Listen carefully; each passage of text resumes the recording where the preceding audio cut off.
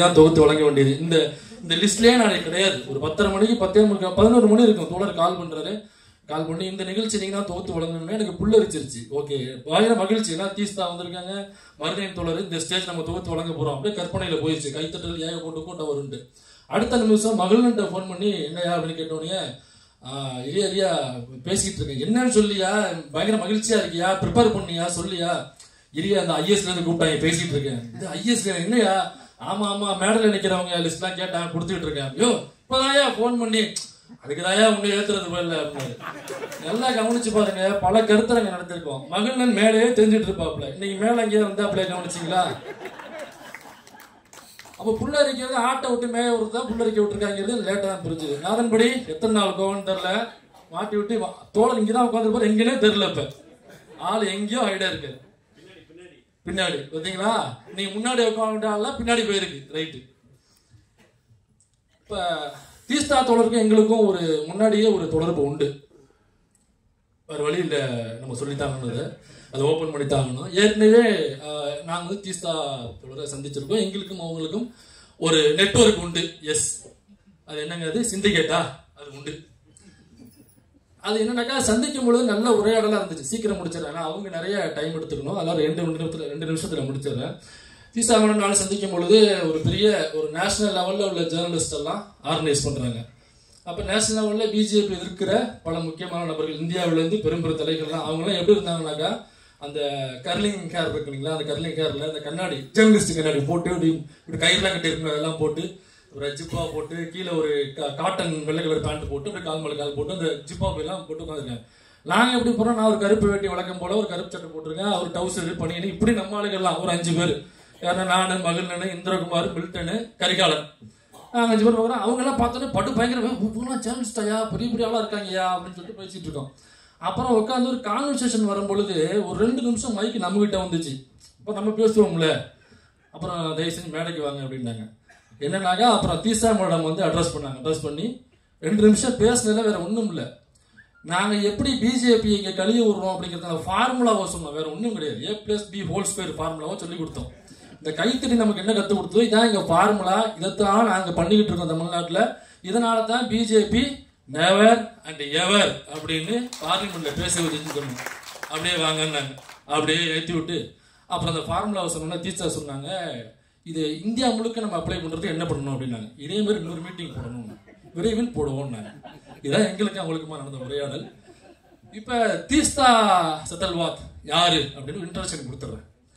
BJP இருந்தாக்க அந்த காலா BJP எடுத்து வச்சுக்கோங்க. ஒரு 3 காலா பிஜேபி மிக்ஸ் பண்ணி போட்டா அவங்களோட இன்ட்ராவுக்கு கரெக்டா இருக்கும். அந்த அளவுக்கான ஒரு செயல்பாட்டாளர் அவங்க. தீஸ்தாவை சொல்றதுக்கு முன்னாடி தீஸ்தாவுடைய கொள்ளு தாத்தா கிட்ட நான் வரலான்னு நினைக்கிறேன். அவங்களுக்குன்னு ஒரு பாரம்பரியம் இருக்கு. வழக்கமா நமக்கு வந்து இந்த பாரம்பரியம், அப்புறம் இந்த வார்த்தையெல்லாம் கேட்டாலே ஒரு மாதிரி கடுப்பா இருக்கும். என்னடா இது பாரம்பரியம்? ஏன்னா நாம கேட்ட பாரம்பரியம்லாம் எங்க தோப்பனார் டாக்டர், எங்க தோப்பனார் அப்பவே வந்து கலெக்டர், எங்க தோப்பனார் வந்து வெள்ளைக்காரங்காலத்துல ஜட்ஜி, இப்படி இந்த பாரம்பரியம்னு பேசி நமக்கு இந்த வார்த்தையே ஒரு மாதிரி இரிட்டேட்டான வார்த்தையாடும். நான் இங்க சொல்ல போற பாரம்பரியம் என்ன அப்படின்னா, அவங்க கொள்ளு தாத்தா கிட்ட இருந்து வர்றேன். தீஸ்தாவுடைய கொள்ளு தாத்தா யாருன்னா, ஜெனரல் ஓ டயர் இருக்கார்ல, ஜெனரல்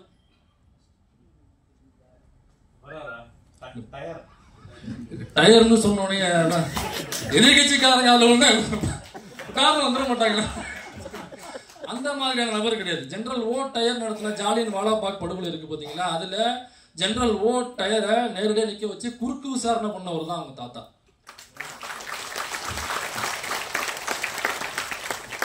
சரி, அடுத்தது கொள்ளு தாத்தா பார்த்தாச்சு. அவங்க தாத்தா யாருன்னு பார்ப்போம். டிடி கிருஷ்ணமாச்சாரின்னு ஒருத்தர் இருந்தார், தெரியுங்களா? எழுத்தாப்புல போனீங்கன்னா டிடிகே ரோடுன்னு ஒன்று இருக்கும். என்னுடைய வீடியோஸை ஃபாலோ பண்றவங்களுக்கு தெரியும் டிடி கிருஷ்ணமாச்சாரின்னு. எல்லாம் நேற்று போட்ட வீடியோவில், முந்தா நாள் போட்ட வீடியோவில், எல்லா வீடியோலையுமே சொல்லுவேன். ஏன்னா எங்க வாழ்லாம் எங்கேயாவது எஃப்ஐஆர் வாங்கியிருக்காளா, எங்க வாழ்லாம் ஒரு கேஸ் வாங்கியிருக்காளா, சுதந்திர இந்தியாவின் முதல் ஊழல்வாதி என்று, இந்த ஊழல் உருட்டுவாங்கல்ல, சுதந்திர இந்தியாவின் முதல் ஊழல்வாதி என்று குற்றம் சாட்டப்பட்டவர் டிடி கிருஷ்ணமாச்சாரி. அவர் பேர்ல ரோடு வச்சிருக்காங்க, இந்த டிடிகே ரோடு அவர் பேர்ல. அந்த டிடி கிருஷ்ணமாச்சாரி முத்ரா வழக்குன்னு ஒண்ணு நீங்க எடுத்து பார்க்கலாம், முத்ரா வழக்குன்னு.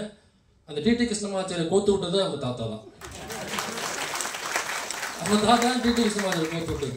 வழக்கு போட்டது அவங்க தாத்தா தான், டிடி கிருஷ்ணமாச்சாரி மேலே. பெரிய வழக்கு, பெரிய ஊழல் அது, டிடி கிருஷ்ணமாச்சாரி பண்ணது. சரி, அவங்க அப்பா யாருன்னு பார்த்துருவோம். இப்போ ஏன்னா பாரம்பரியமாக வரணும்ல. அவங்க அப்பா யாருன்னா பால் தாக்கரே அப்படின்னு 2 பேர்ல ஒருத்தர் மகாராஷ்டிராவில். அவரு தெரியும், பால் தாக்கரே யாரு அப்படிங்கிறது உங்க எல்லாருக்குமே தெரியும். அவரு ஒரு மூர்க்கமான ஒரு இப்போ உள்ள இல்லை, முன்னாடி பால் தாக்கரே பேரில் அவர் ஒரு மூர்க்கமாக இஸ்லாமியர்களுக்கு எதிராக களமாடி கொண்டிருந்த நேரம் அது. டெய்லி இஸ்லாமியர்களுக்கு எதிராக ஏதாவது வன்மத்தை கேட்டு போவாப்ல. இப்போ நம்ம பீட ஒன்று கேட்டு இருக்குல்ல, அந்த மாதிரி பால் தாக்கரே டெய்லி ஏதாவது 6 மணி ஆனால் வெள்ளச்சாமி என்ன பேச போறான்னு தெரியல அப்படிங்கிற மாதிரி அங்க உள்ள வெள்ளச்சாமி 6 மணிக்கு அப்போ இஸ்லாமியர்களுக்கு எதிராக வன்மத்தை கேட்டு போவாப்ல.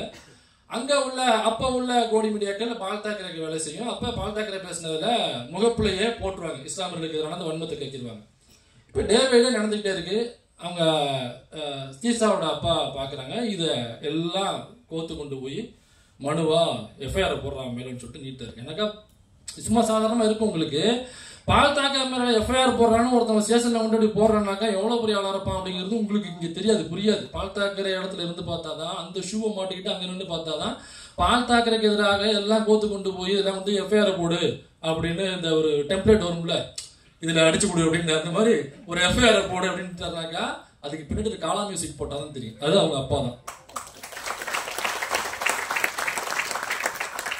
இப்ப நான் தீஸ்தா செத்தல்வாத்துக்கு வந்துடுறேன். ஒரே ஒரு எக்ஸாம்பிள் மட்டும் சொல்றேன். நிறைய தோழர் பேசும்பொழுதும் இன்ட்ரோ கொடுத்துருப்பாங்க தீஸ்தாவுக்கு. மோடி இன்னைக்கு மோடியினுடைய ஒரு நிறைய டயலாக் வந்துச்சு இடையில. அவர் ஃபிளைட்லேயே பறந்துகிட்டு இருக்காரு, பாவம் ஜி தூக்கமே இல்லை அப்படின்னு. அவர் தூங்காததுக்கு காரணம் ஃபிளைட்ல பறக்கிறது, மக்களை நினைச்சு இது பண்றது அதெல்லாம் கிடையாது. அவருடைய தூக்கத்தை கெடுத்தது தீஸ்தா தான்.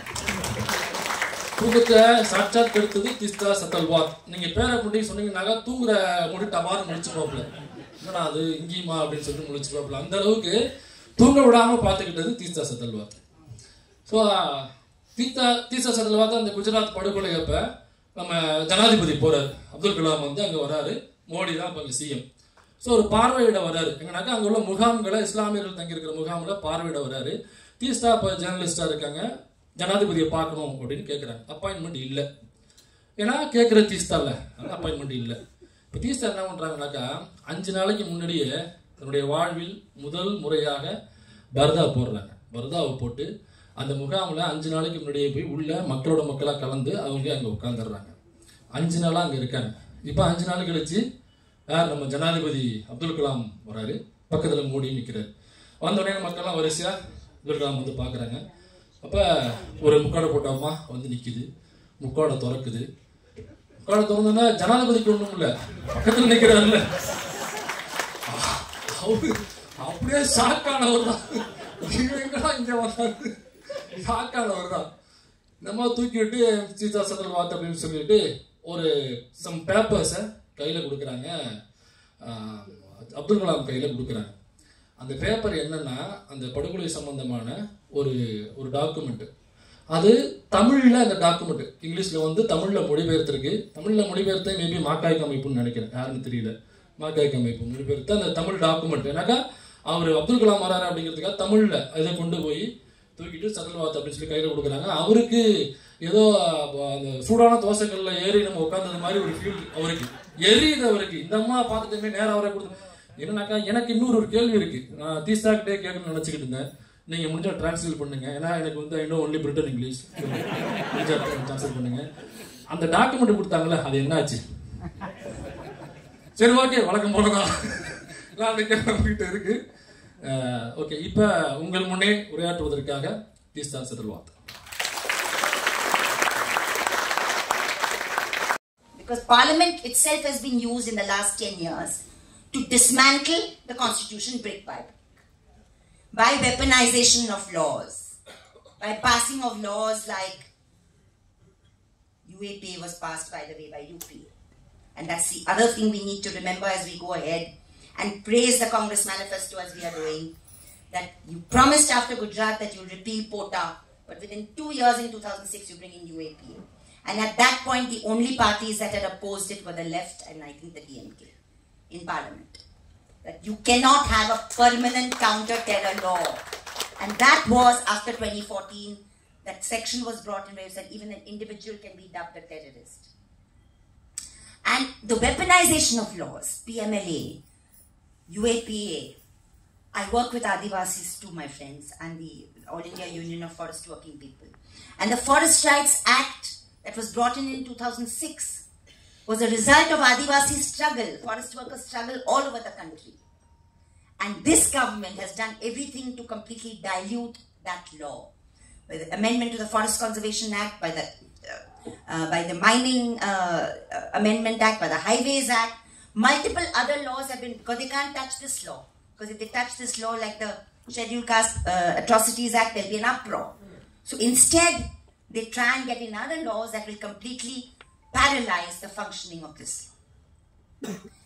So the Parliament, coming back to Parliament, what is the structure of Indian Parliament today? The presence of billionaires in Parliament is something we need to note. The 2014 Parliament had 83% of people who were crorepati's. 2009 also had them, which were 48%. So if you have a situation where these crorepati's in 2014 are also owners of television companies, mobile companies, and mining companies. So the strangulation of democracy is complete, because it's unlikely then that the television channels at NewsHour will discuss unemployment or hunger or proportional representation. It's much easier for them to speak about land jihad, madrasa jihad, love jihad, fertilizer jihad. It's shameful. It's shameful the way the corporatized electronic media has contributed to the hate that is today being legitimized by the political leadership. It's a real shame. My organization, Citizens for Justice and Peace, yes, we are proud of our work in Gujarat, but we've been working on a hate monitor program, and we are filing 5 complaints every month to the National Broadcasting Digital Statutory Authority that is supposed to monitor hate speech on television.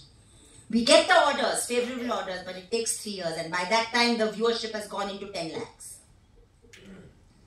We are working on the citizenship question in Assam.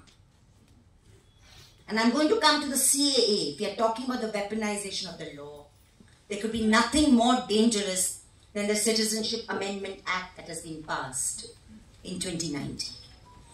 I say that not only because it brings in religion as a marker, though that is important enough, because using religion as a marker excludes one section of the people from 3 countries and gives accelerated citizenship to 6 communities from there. But I'm not going to talk about the CA. I could talk for 2 hours on that, but it basically does not meet the test of either reasonableness or this under the Constitution, and it is under challenge, but the Supreme Court has not heard the matter now for 5 years. What is the implication of documented citizenship? I want to share an example because we've been working for 7 years now in Assam. We have a very young team over there, a vibrant team, 3,000 volunteers, and at least 30 full-timers who are working in 19 of Assam's 25 districts. And our experience has told us that once you start the test of documented citizenship, meaning if you don't produce these 9 or 14 documents, you're declared un-Indian, non-Indian. Nowhere in the world is there a test of documented citizenship. 19 lakh people have been excluded from the NRC. 27 lakh people in Assam have not been given Aadhaar cards. Aadhaar has nothing to do with citizenship. But by not giving them Aadhaar cards, they can't open bank accounts, they can't put their children in schools, they can't access government schemes. The government of Assam has spent 1,700 crores on a bad implementation of the NRC. And unfortunately, the Supreme Court of India has also had something to do with the way it has been encouraged. So, what bothers me is that today there are 22 lakh people in Assam, 19 lakh from the NRC, 22 in the D voters and 22 declared foreigners. And we are helping them in a foreigner tribunal. Last year we managed to get 25 people declared Indian We are one small organization. What happens if suddenly this government comes back to power and decides to send all those who are facing cases to detention camps? And what will these detention camps be used for? What if an all India NPR and NRC is declared as was threatened by the Home Minister when CAA was first filed? Remember his chronology speech. So friends, there's a real danger that this government, if it comes back to power, we will not see democracy as we know it. And that there'll be further weaponization of the law. And you'll have a whole section of our people who will be rendered non-citizens and probably be used for crony capital. That's my only worst case scenario I can see, because what will you do with so many people? And please understand, and I tell this to my non-Muslim friends, that once the test of documented citizenship begins, it's not just Muslims who will be the target. It will be working class people, farmers, agricultural laborers, fish workers, migrant workers, Dalits, Adivasis, all sorts of segments. This is our experience in Assam. So I think we need to be very, very clear about the threats of this regime. I don't think I need to tell this audience about it. But how do we ensure that in the next 5 phases of the election that are left, it actually is the end of the show for this. That is the goal.